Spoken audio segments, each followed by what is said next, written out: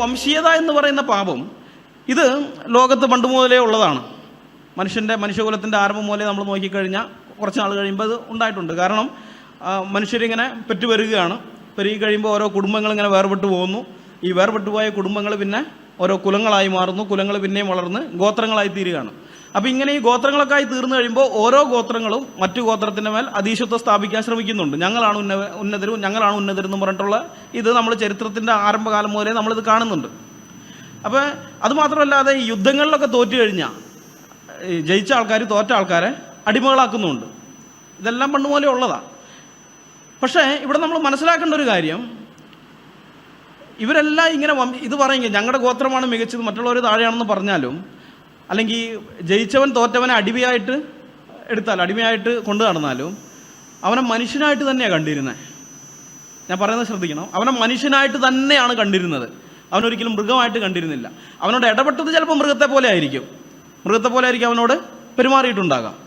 പക്ഷേ ഇടപെട്ടത് അങ്ങനെയാണെങ്കിൽ അവൻ മനുഷ്യനാണെന്നുള്ള ബോധം ഇവനുണ്ട്. മനുഷ്യനായിട്ട് തന്നെ അവർ കണ്ടിരുന്നത്. പക്ഷേ ഈ പരിണാമ സിദ്ധാന്തം വന്നു കഴിഞ്ഞപ്പോൾ മനുഷ്യവർഗത്തിലുള്ള ചില ആളുകളെ ഇവർ മനുഷ്യരെ അല്ല മൃഗമാണെന്നങ്ങ് പറഞ്ഞു കളഞ്ഞു. ഇത് നമ്മൾ അറിയണം. ഈ പരിണാമ സിദ്ധാന്തം ലോകത്തോട് ചെയ്ത ക്രൂരത എത്ര വലുതാണെന്ന് നമ്മൾ അറിയണം. ഇവർ മനുഷ്യരേ അല്ല എന്നങ്ങ് പറഞ്ഞു കളഞ്ഞു. ഇത് ഡാർവിൻ്റെ പ്രസിദ്ധമായൊരു പുസ്തകമാണ്, ഒറിജിൻ ഓഫ് സ്പീഷീസ്. നിങ്ങളെല്ലാവരും കേട്ടിട്ടുണ്ടാകും. യഥാർത്ഥത്തിൽ അതിൻ്റെ പേര് അങ്ങനെയല്ല, ഇത് പിന്നീട് മാറ്റിയതാണ്. ചില ആൾക്കാർ ചിലപ്പോൾ അടുത്തത് ഇതും കൂടി കേട്ടിട്ടുണ്ടായിരിക്കും, on the origin of species by means of natural selection എന്നുള്ളത് ചിലപ്പോൾ കേട്ടിട്ടുണ്ടാകും. പക്ഷേ ഈ പേരെന്താ മാറ്റിയെന്ന് വെച്ച് കഴിഞ്ഞാൽ, ഇത് ഏറ്റവും ആദ്യത്തെ ഫസ്റ്റ് കോപ്പിയൊന്നും ഡാർവിൻ എഴുതിയത് ഈ പേരൊന്നുമല്ല, അതിന് വേറെ പേരാണ്. അപ്പോൾ എന്തുകൊണ്ടാണ് പേര് മാറ്റിയെന്ന് വെച്ച് കഴിഞ്ഞാൽ ഇത് പ്രശ്നമാണെന്ന് അവർക്ക് മനസ്സിലായി. For the preservation of favoured races in the struggle for life. അതായത് ഇവരുടെ ഇതെന്ന് പറഞ്ഞാൽ സർവൈവൽ ഓഫ് ദ ഫിറ്റസ്റ്റ് ആണ്, അർഹതയുള്ളതിൻ്റെ അതിജീവനം. അപ്പോൾ ഈ അതിജീവനത്തിന് വേണ്ടിയുള്ള മനുഷ്യവർഗങ്ങളുടെ പോരാട്ടത്തിൽ ചില വർഗ്ഗക്കാർക്ക് പ്രകൃതി എന്ത് ചെയ്തു? പ്രത്യേകമായ ഫേവർ ചെയ്തു കൊടുത്തു. അതാണ് ഫേവേർഡ് റേസസ് എന്ന് അദ്ദേഹം ഉദ്ദേശിക്കുന്നത്. ചില വർഗ്ഗക്കാർക്ക് പ്രത്യേക ഫേവർ കൊടുത്തു. അതുകൊണ്ട് ആ ഫേവറിൻ്റെ ഇതിൽ അതങ്ങ് ഉയർന്നു പരിണമിച്ച് പെട്ടെന്ന് അത് പരിണമിച്ചു പോയി. ആ വർഗം പരിണാമത്തിൻ്റെ അങ്ങേയറ്റത്തെത്തി. എന്നാൽ മറ്റു ചില മനുഷ്യവർഗത്തിലെ മറ്റു ചിലരൊന്നും ഇപ്പോഴും പരിണമിച്ച് ആ നിലയിൽ എത്തിയിട്ടില്ല. അവർ പരിണാമത്തിൻ്റെ ആ ഇടയിൽ നിൽക്കുകയാണ്, ഇടക്കണ്ണിയായിട്ട് നിൽക്കുകയാണ്. അതായത് അവർ മൃഗമല്ല, മൃഗത്തിൽ നിന്ന് അവർ കടന്നു, പക്ഷെ മനുഷ്യനായിട്ടില്ല, പൂർണ്ണ മനുഷ്യനായിട്ടില്ല, പരിണമിച്ച് പൂർണ്ണ മനുഷ്യനായിട്ടില്ല എന്ന് ഡാർവിൻ പറഞ്ഞു കളഞ്ഞു. ആലോചിച്ച് നോക്കണം. ഇദ്ദേഹം പറഞ്ഞ ഈ ഫേവേർഡ് റേസസ് എന്ന് പറയുന്നത്, അല്ലെങ്കിൽ പ്രകൃതിയിൽ നിന്ന് ഫേവർ ലഭിച്ച റേസ് എന്ന് അദ്ദേഹം പറയുന്നത് ഈ വെള്ളക്കാരെയാണ്, യൂറോപ്യൻസിനെയാണ് അദ്ദേഹം അങ്ങനെ ഇതാക്കിയത്. ചാൾസ് ഡാർവിൻ്റെ മറ്റൊരു പുസ്തകമുണ്ട്, ദ ഡിസെൻറ്റ് ഓഫ് മാൻ എന്ന് പറയുന്നത്. ഈ പുസ്തകത്തിൻ്റെ പേര് ഫുള്ള് ഇങ്ങനെയല്ല, കുറച്ചും കൂടി ഉണ്ട്, എന്നാലും അവരത് പിന്നീട് മാറ്റിയതാണ്. ഇതേപോലെ തന്നെ ഈ പുസ്തകത്തിനകത്ത് the descent of man and selection in relation to sex എന്നാണ് പുസ്തകത്തിൻ്റെ ഫുൾ നെയിം. അപ്പോൾ ഈ പുസ്തകത്തിൽ ഡാർവിൻ പറയുകയാണ്, ഒരു നൂറ്റാണ്ട് പോലെ ദീർഘമല്ലാത്ത അടുത്തൊരു കാലാവധിക്കുള്ളിൽ, അതായത് അധികം നൂറ്റാണ്ടുകളൊന്നും കാത്തിരിക്കേണ്ട, പെട്ടെന്ന് തന്നെ ഇത് സംഭവിക്കുന്ന ഒരു നൂറ്റാണ്ട് പോലെ ദീർഘമല്ലാത്ത അടുത്തൊരു കാലാവധിക്കുള്ളിൽ സംസ്കാരമുള്ള മനുഷ്യവർഗം, സിവിലൈസ്ഡ് റേസസ്, അതായത് വെള്ളക്കാർ തീർച്ചയായും കിരാതന്മാരായ വർഗ്ഗങ്ങളെ, സാവേജ് റേസസ്, അതായത് വെള്ളക്കാരല്ലാത്തവരെ ലോകമെമ്പാടും നിർമ്മാർജ്ജനം ചെയ്യും. ഡാർവിൻ പറഞ്ഞതാ. വെള്ളക്കാരല്ലാത്തവരെ, കാരണം അവരൊന്നും പരിണമിച്ച് ശരിക്കും ഇപ്പം മനുഷ്യരായിട്ടില്ല.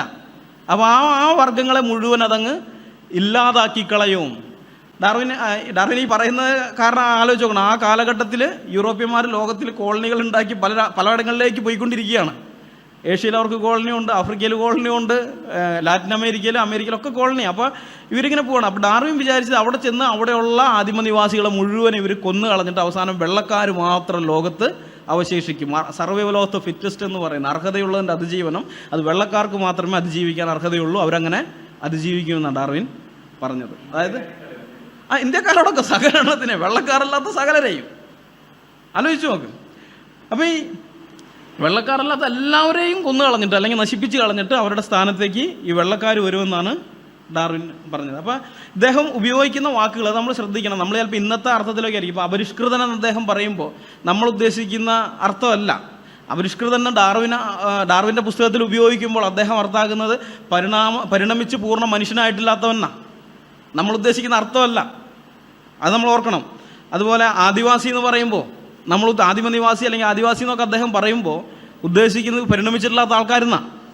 അതായത് ഇപ്പോഴും പൂർണ്ണ മനുഷ്യരെന്ന് വിളിക്കാൻ പറ്റാത്ത ആൾക്കാരെന്നാണ് അദ്ദേഹം അതിനർത്ഥം കൊടുക്കുന്നത്.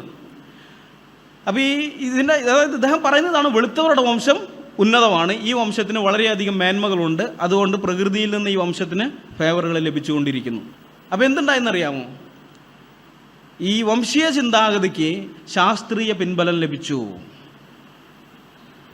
അതുവരേക്ക് വംശീയ ചിന്താഗതിക്ക് ഒരു താത്വികമായിട്ടുള്ളൊരു പിൻബലമോ അല്ലെങ്കിൽ ശാസ്ത്രീയ പിൻബലമോ ഒന്നുമില്ല.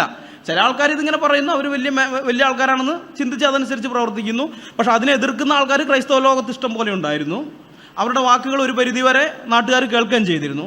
പക്ഷെ ഡാർവിൻ ഈ സിദ്ധാന്തം കൊണ്ടുവന്നതോടുകൂടി ഇത് പിന്നീട് അറിയപ്പെടുന്നത് സയൻറ്റിഫിക് റേസിസം എന്നാണ്. വെറും റേസിസം അല്ല, സയൻസിൻ്റെ പിന്തുണയുള്ള റേസിസം, സയൻറ്റിഫിക് റേസിസം എന്ന് ഇത് പിന്നെ അറിയപ്പെടാൻ തുടങ്ങി. ഇത് യൂറോപ്പിലെ ജനങ്ങളുടെ ചിന്താഗതി ആകെ മാറ്റിമറിച്ച് കളഞ്ഞു.